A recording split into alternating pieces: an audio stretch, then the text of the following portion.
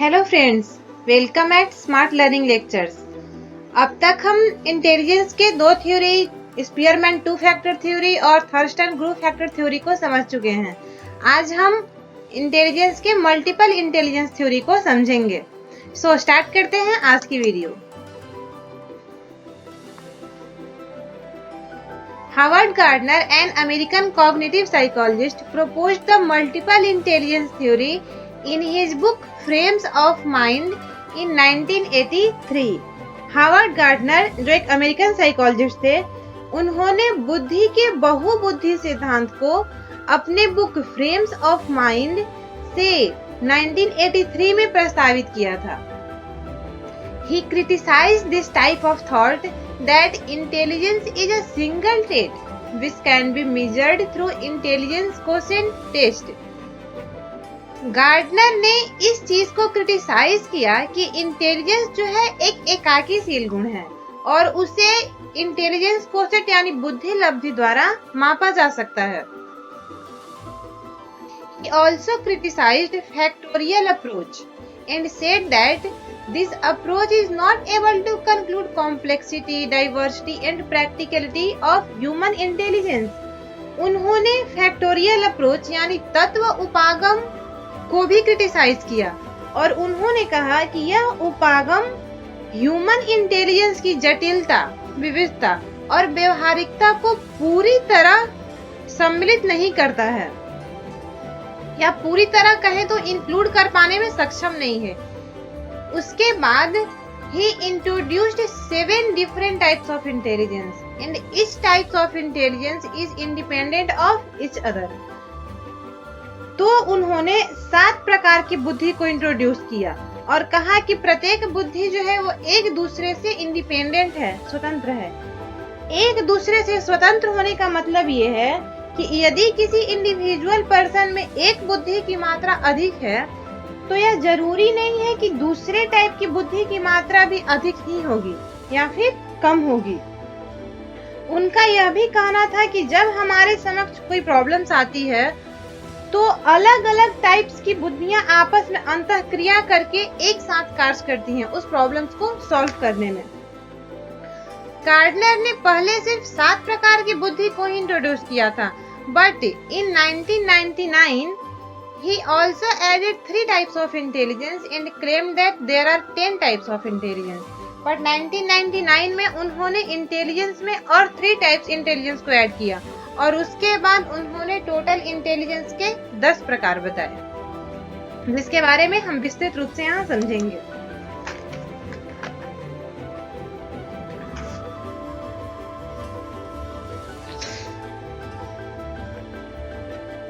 First है linguistic intelligence यानी भाषाई बुद्धि।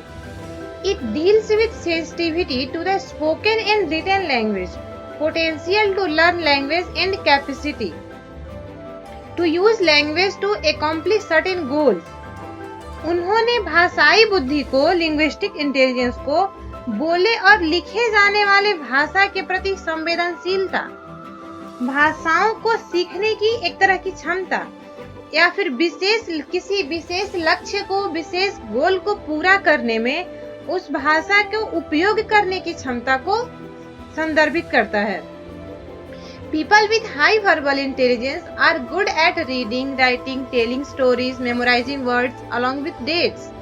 जिन लोगों के पास वर्बल इंटेलिजेंस अधिक मात्रा में, उच्चतम मात्रा में होता है, वो बोलने, लिखने, कहानी कहने, तारीख के साथ किसी वर्ड्स को याद रखने में काफी अच्छे होते हैं।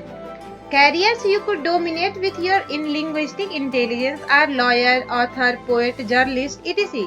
यानी अगर हमारे पास लिंग्विस्टिक इंटेलिजेंस की प्रधानता है तो हम निम्नांकित कैरियर्स को चूज कर सकते हैं जिनमें हमें अधिक सफलता पाने की संभावना होती है। ये कैरियर है लॉयर, वकील, लेखक, कवि, पत्रकार एक्सेट्रा। हमारा दूसरा है logical mathematical intelligence. It refers to the capacity to analyse problems logically, solve mathematical problems, recognise relations behind digit arrangements.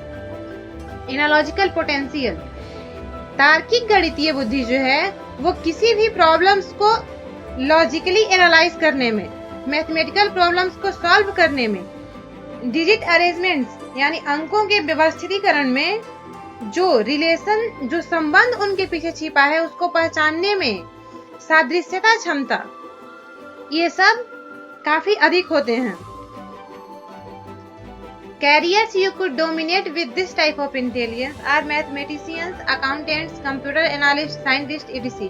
यानी अगर हमारे पास लॉजिकल मैथमेटिकल इंटेलिजेंस की प्रधानता हो तो हम निम्नांकित कैरियर्स को चूज कर सकते हैं, जिनमें मैथमेटिशियंस, अकाउंटेंट्स, कंप्यूटर एनालिस्ट, वैज्ञानिक एक्सेट्रा की संभावना अधिक होती है। हमारा तीसरा टाइप है इंटेलिजेंस का यहाँ पे स्पेशियल इंटेलिजेंस यानी अस्थानिक बुद्धि। It refers to the potential to recognize and manipulate the patterns of special figures, special visualizations. यह स्थानिक चित्रों के पीछे छुपे पैटर्न्स को पहचानने तथा परिवर्तित करने, मैनिपुलेट करने, परिवर्तित करने तथा स्थानिक कल्पना शक्ति जैसी क्षमताओं से संबंधित है। Careers you could dominate with this type of intelligence are pilot, architect, graphic artist, surgeon, etc. यानी जिस पर्सन में स्पेशल इंटेलिजेंस की प्रधानता हो वो निम्नांकित कैरियर्स को चूज कर सकता है, जिनमें पायलट, आर्किटेक्ट, ग्राफिक आर्टिस्ट इत्यादि की प्रधानता है। बॉडी काइनेस्थेटिक इंटेलिजेंस शारीरिक गतिक बुद्धि। It refers to the potential of using ones whole body और parts of the body to solve problems, यानी यह किसी प्रॉब्लम्स को सॉल्व करने में पूरी बॉडी या बॉडी के कुछ पार्ट्स को यूज करने की क्षमता को संदर्भित करता है। It includes the capacity to control body movements, move objects skillfully, यानी इसके अंतर्गत बॉडी मूवमेंट्स पर नियंत्रण रखने, किसी भी वस्तुओं को अच्छे से स्किलफुल ढंग से घुमाने की क्षमता भी सम्मिलित है। Careers you could dominate with this type of intelligence are gymnast, dancer, craft person, athletics, cricket, football, tennis players, etc. यानी इस बुद्धि की प्रधानता रहने पर हम जिन कैरियर्स को चूज कर सकते हैं उनमें gymnast, dancer, craft person, athletes की प्रधानता है। पांचवा है म्यूजिकल इंटेलिजेंस यानी संगीतिक बुद्धि।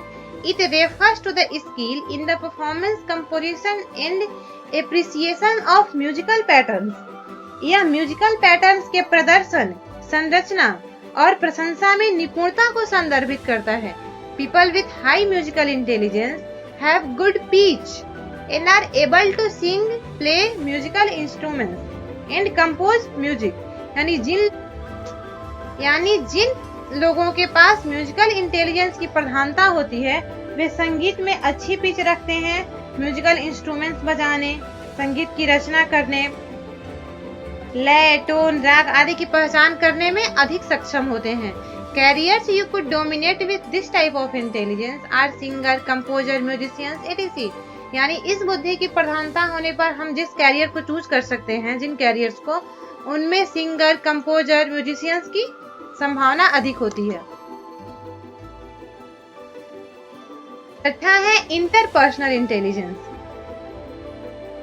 It refers to the potential to understand other person's intentions, motivations, desires, needs, moods, and potential to consequently to work effectively with others.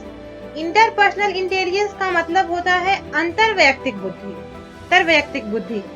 यह बुद्धि दूसरे लोगों के इरादे, प्रेरणा, इच्छाएं, जरूरतें, उनके मूड्स को समझने तथा उसके साथ प्रभावी ढंग से काम करने की क्षमता को संदर्भित करता है।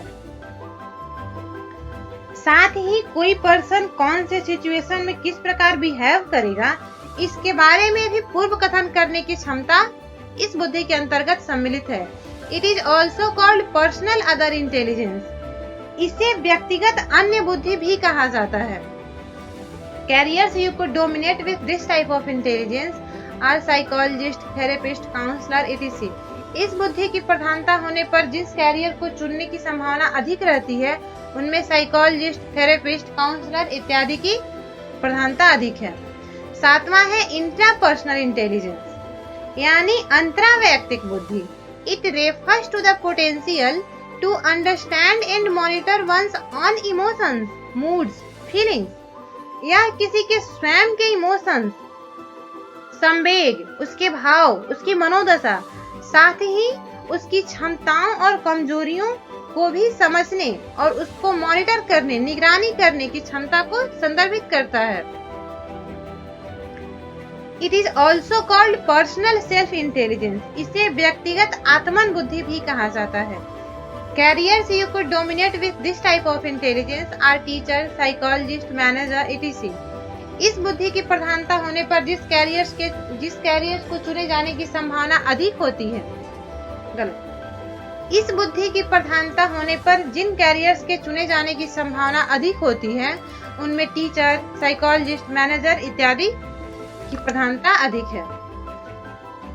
8वां है नेचुरलिस्ट इंटेलिजेंस, यानी प्राकृतिक बुद्धि। It refers to the potential to recognise pattern of nature, nurturing and relating information to one's on natural surroundings. यह बुद्धि प्रकृति के पैटर्न को पहचानने, प्रकृति के पीछे स्वाभाविक पैटर्न जो छिपा है उसको पहचानने, किसी के प्राकृतिक परिवेश का पोषण और संबंधित जानकारी को पहचानने को संदर्भित करता है। Careers you could dominate with this type of intelligence are botanist, astronomer, farmers, biologist, etc। यानी प्राकृतिक बुद्धि की प्रधानता जब हम में अधिक हो तो हम निम्नांकित कैरियर्स जैसे वनस्पतिज्ञ, एस्ट्रोनॉमर, किसान, जीव वैज्ञानिक आदि के जो कैरियर्स हैं आदि संबंधित उनको चयन करने की संभावना अधिक होती है। हमारा नेक्स्ट है एग्जिस्टेंशियलिस्ट इंटेलिजेंस, यानी अस्तित्ववादी बुद्धि। It refers to the potential to know the fact of the reality of human existence, love, life, death. यह हमारे मानव अस्तित्व की वास्तविकता, प्यार, जीवन, मृत्यु आदि के बारे में जानने की क्षमता, जानने की एक तरह से रुचि, ललक को संदर्भित करता है। Careers you could dominate with this type of intelligence are philosopher, philosophical thinkers, etc। यानी इस बुद्धि की प्रधानता अधिक होने पर हम फिलोसफर, दार्शनिक या फिर दार्शनिक जो विचारक हैं उनके कैरियर्स को चुने जाने की संभावना अधिक होती है, उस टाइप्स के कैरियर्स को। हमारा 10वां है स्पिरिचुअल इंटेलिजेंस, यानी आध्यात्मिक बुद्धि। It refers to the potential in which a person thinks cosmic and spiritual problems in development of his or her personality and conclusion. यह एक ऐसी बुद्धि को संदर्भित करता है, ऐसी बुद्धि क्षमता को संदर्भित करता है जिसमें व्यक्ति अपने व्यक्तित्व के विकास में कॉस्मिक तथा आध्यात्मिक समस्याओं तथा उसके समाधान के बारे में सोचता है। Careers you could dominate with this type of intelligence are saints, फकीर। यानी इस टाइप की जो बुद्धि है उसकी प्रधानता अधिक होने पर हम जिन कैरियर को चूज कर सकते हैं उनमें साधु, संत, फकीर इत्यादि की संभावना अधिक है। हालांकि संत और फकीर कोई कैरियर तो नहीं है। फ्रेंड्स, इंटेलिजेंस के बाकी सारे थ्योरी के समान इस थ्योरी से उतने सारे क्वेश्चन हमारे यूजीसी नेट एग्जाम में पहले नहीं आए हैं, और जो भी क्वेश्चन आए हैं वो मैचिंग टाइप क्वेश्चंस हैं, जिसमें एक साइड में इंटेलिजेंस के टाइप्स को और दूसरे साइड में उसके डेफिनेशन को दिया रहता है। हमें मैच करना है कौन किसका डेफिनेशन है। इसके साथ ही इस टाइप के क्वेश्चंस भी आते हैं कि किस टाइप के कैरियर में किस बुद्धि की अधिकता अधिक होती है। जैसे ऐसा ही एक क्वेश्चन जो नेचुरलिस्ट इंटेलिजेंस पर है वो 2019 में आया है, बट हमारे अपडेटेड सिलेबस में इस मल्टीपल इंटेलिजेंस थ्योरी को खास कर मेंशन किया गया है। इसका मतलब यही है कि हमें इस चैप्टर को भी यानी इंटेलिजेंस के इस थ्योरी को भी उतनी ही अच्छी तरह से समझना जरूरी है।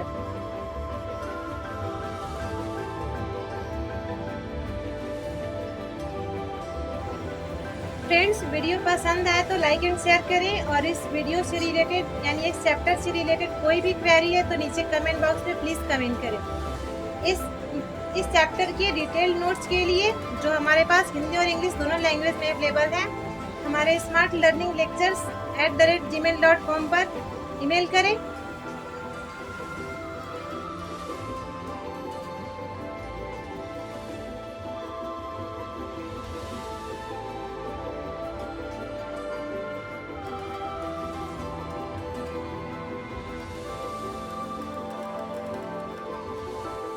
Thank you for watching. Please subscribe Smart Learning Lectures.